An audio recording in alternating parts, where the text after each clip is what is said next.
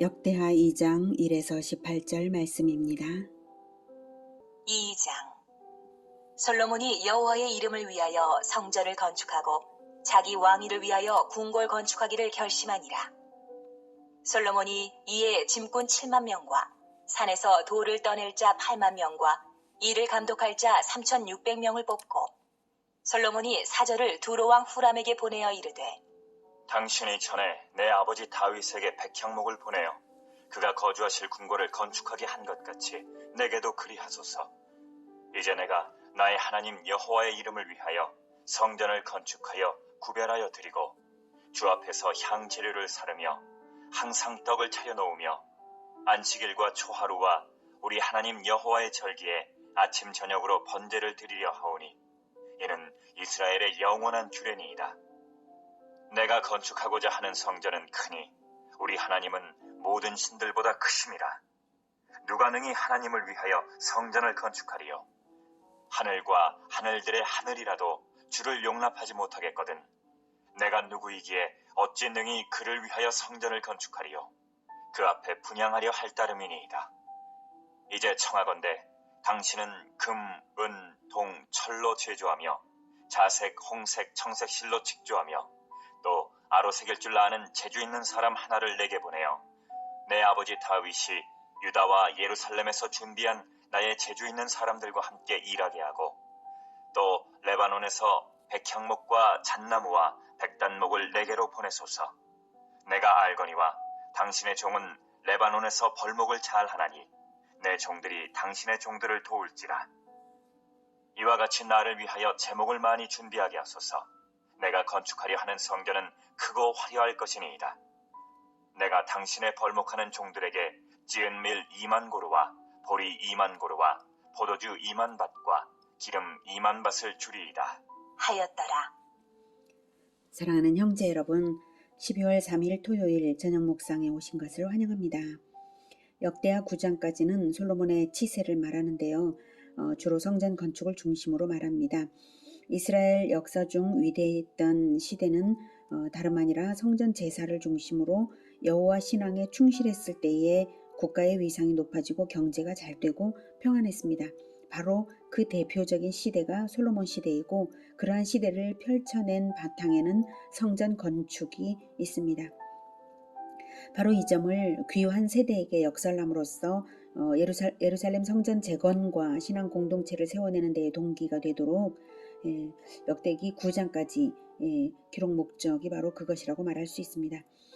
1장에서는 솔로몬이 일천 번제를 드리면서 다윗 언약을 받은 다윗의 후계자로서 셀 수 없이 번성할 하나님의 백성들을 다스리기 위해 지혜와 지식을 구하였기에 하나님께서 기뻐하신 것을 보았습니다. 이제 2장은 성전 건축 준비입니다. 이미 다윗 때부터 준비되어 온 것을 이제 본격적인 건축에 앞서서 준비를 완료하는 것입니다. 먼저는 인력과 자재를 점검했는데요. 부족한 것이 백향목과 건축 기술자였습니다. 그래서 두로왕 후람에게 도움을 요청하는 편지를 보내었는데요. 이 편지에는 솔로몬의 올바른 성전관과 신관이 잘 나타나고 있습니다. 5, 6절 보면 내가 건축하고자 하는 성전은 크니 우리 하나님은 모든 신들보다 크심이라. 누가 능히 하나님을 위하여 성전을 건축하리요? 하늘과 하늘들의 하늘이라도 주를 용납하지 못하겠거든. 내가 누구이기에 어찌 능히 그를 위하여 성전을 건축하리요? 그 앞에 분향하려 할 따름이니이다. 네. 하늘과 하늘들의 하늘이라도 주를 용납하지 못하겠거든. 네, 그렇습니다. 피조물이 어떻게 창조주를 용납하여 수용할 성전을 건축할 수가 있겠습니까? 그것 자체가 가능하지가 않은 것이죠. 원체 솔로몬은 이방 신전처럼 신을 모셔두고자 하는 신전이 아니라 다만 하나님의 임재의 상징으로서 그분에게 예배 드릴 수 있는 성전을 강조해서 말했습니다. 모셔두는 장소가 아니라 예배하는 장소라는 것이죠. 이렇게 올바른 성전관을 가질 수 있는 것은 올바른 신관이 있기 때문인데요. 무소부재하시고 무한하시고 전능하셔서 인간의 방법과 능력으로는 하나님을 수용할 수 없지만 하나님은 인간의 심령 속에 내재하실 수도 있음을 인지한 신관입니다. 그래서 오직 예배로서 하나님을 높여드리겠다 한 것입니다. 사실 하나님께서 기뻐하시는 것은 성전의 화려함이 아니라 솔로몬과 이스라엘의 신앙을 기뻐하시는 것입니다. 솔로몬은 그것을 알았고요. 그래서 솔로몬의 건축 목적은 오직 여호와의 이름을 위하여, 1절에 그렇게 말했죠. 1절, 솔로몬이 여호와의 이름을 위하여 성전을 건축하고자 했던 것입니다. 여호와의 이름을 위한다는 것은 여호와 하나님을 높여드려서 영광스럽게 해드린다는 것이고요. 예루살렘 성전이 없는 지금은 예수님을 머릿돌로 하는 그리스도인 교회 공동체가 바로 진정한 성전입니다. 하나님의 임재가 있으시고 우리의 말과 행실로서 하나님의 자녀임을 세상에 나타내며 예배의 삶을 살아가고 있기 때문입니다. 아무튼 솔로몬은 건축 그 자체로서는 하나님을 모실 수 없지만 성전 건물이 하나님의 이름을 높이는 데에 걸맞으려면 결코 일반적인 건축물일 수가 없으므로 최고의 건축 기술자가 필요했습니다. 그런데 최고의 건축술은 이스라엘보다는 두로에 있었기에 두로왕 후람에게 부탁을 한 것입니다. 7절. 이제 청하건대 당신은 금, 은, 동, 철로 제조하며 자색, 홍색, 청색 실로 직조하며 또 아로색일 줄 아는 재주 있는 사람 하나를 내게 보내어 내 아버지 다윗이 유다와 예루살렘에서 준비한 나의 재주 있는 사람들과 함께 일하게 하고. 여기서 자색, 홍색, 청색 실로 직조하는 것이 필요한 것은 성소와 지성소의 휘장이 중요한 요소였기에 그런 기술을 요청한 것입니다. 최고 기술자는 한 사람만 있으면 되고 그의 지휘를 따라 건축할 다른 기술자들은 이스라엘 사람들이 되는 것이고요. 그리고 건축 목재도 두로가 백향목 산지여서 좋은 목재들과 벌목꾼들을 요청했습니다. 품삯도 충분히 지급할 것을 약속했어요. 두로는 농업이 잘 되지 않아서 식량이 부족한 나라이기 때문에 이렇게 식품을 주겠다는 것들은 이제 좋은 거래 조건이 되었을 것입니다. 11절. 두로왕 후람이 솔로몬에게 답장하여 이르되 여호와께서 자기 백성을 사랑하심으로 당신을 세워 그들의 왕을 삼으셨도다. 후람이 또 이르되 천지를 지으신 이스라엘의 하나님 여호와는 송축을 받으실지로다. 다윗 왕에게 지혜로운 아들을 주시고 명철과 총명을 주시사 능히 여호와를 위하여 성전을 건축하고 자기 왕위를 위하여 궁궐을 건축하게 하시도다. 내가 이제 재주 있고 총명한 사람을 보내오니 전에 내 아버지 후람에게 속하였던 자라. 이 사람은 단의 여자들 중 한 여인의 아들이요 그의 아버지는 두로 사람이라. 능히 금, 은, 동, 철과 돌과 나무와 자색, 청색, 홍색 실과 가는 배로 일을 잘하며 또 모든 아로 새기는 일에 익숙하고 모든 기묘한 양식에 능한 자이니 그에게 당신의 재주 있는 사람들과 당신의 아버지 내 주 다윗의 재주 있는 사람들과 함께 일하게 하소서. 내 주께서 말씀하신 밀과 보리와 기름과 포도주는 주의 종들에게 보내소서. 우리가 레바논에서 당신이 있으실 만큼 벌목하여 때를 엮어 바다에 띄워 욥바로 보내리니 당신은 제목들을 예루살렘으로 올리소서 하였더라. 솔로몬의 요청을 받은 두로왕 후람은 뛰어난 기술자 하나를 보내었고요. 백향목은 벌목해서 뗏목으로 엮어서 해상으로 수송하게 했습니다. 해상 수송로는 이렇게 이제 두로가 여기에 있고요. 레바논 산지입니다. 그리고 여기가 이스라엘이죠. 그리고 여기가 욥바 항구 도시예요. 그래서 지중해를 따라서 이렇게 해안선을 따라서 이렇게 이제 뗏목으로 만들어서 보내면 여기에서 예루살렘으로 이동하면 되는 것이죠. 자, 이렇게 두로의 위치와 욥바 항구를 보면 이제 운송을 이렇게 한다는 걸 알 수 있고요. 자, 한편 이 두로왕 후람이 보내겠다는 기술자 이름이 후람인데요. 두로왕 후람과 이름이 같죠? 두로왕 후람의 아버지도 후람이네요. 두로왕은 히람이라고도 합니다. 본문에서 인상적인 것은 두로왕 후람은 이방인임에도 불구하고 하나님을 찬양한 것입니다. 후람의 답신에서 하나님의 섭리를 발견하게 됩니다.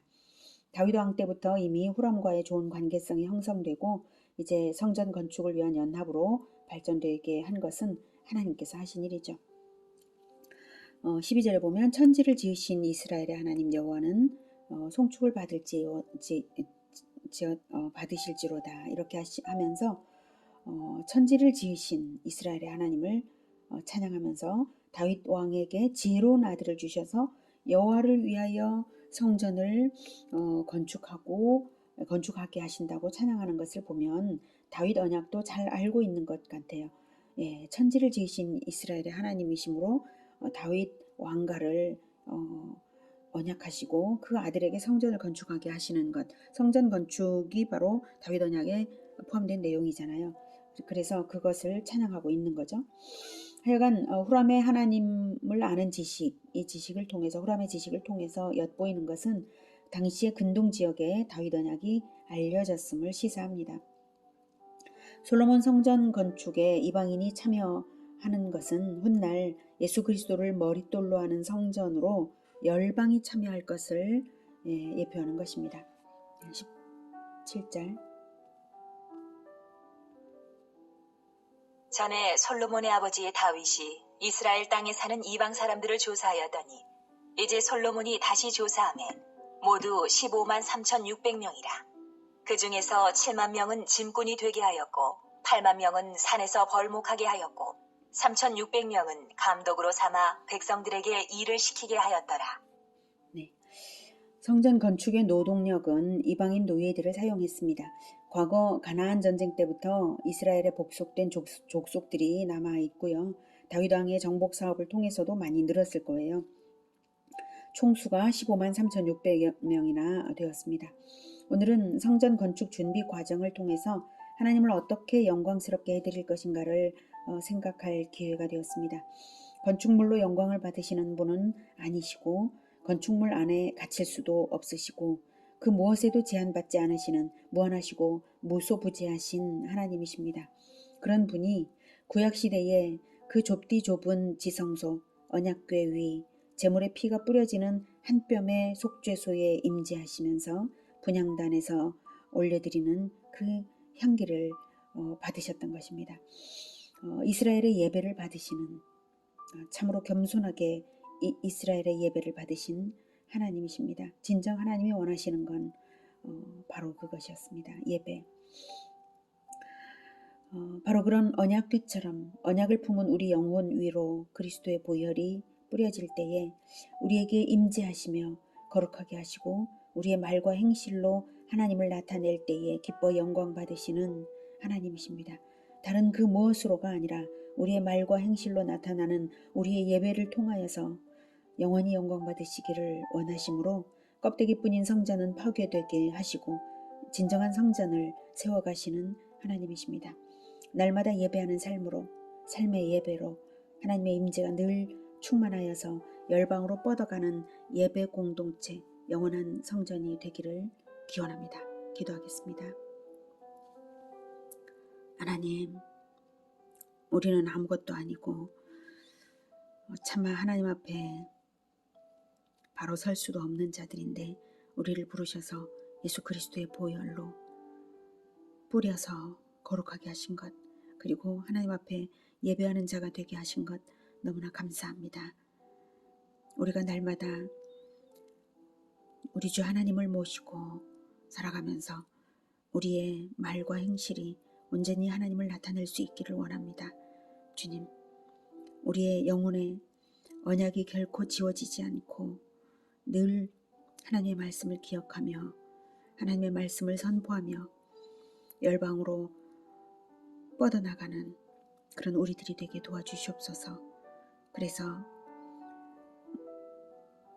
온 열방과 함께 진정한 하나님의 영원한 성전이 될 수 있게 하나님께서 극히 기뻐하시는 그러한 영광을 올려드리는 예배자들이 될 수 있게 주님 도와주시옵소서. 예수님의 이름으로 기도드립니다. 아멘. 이어지는 시간은 개인 기도 시간입니다.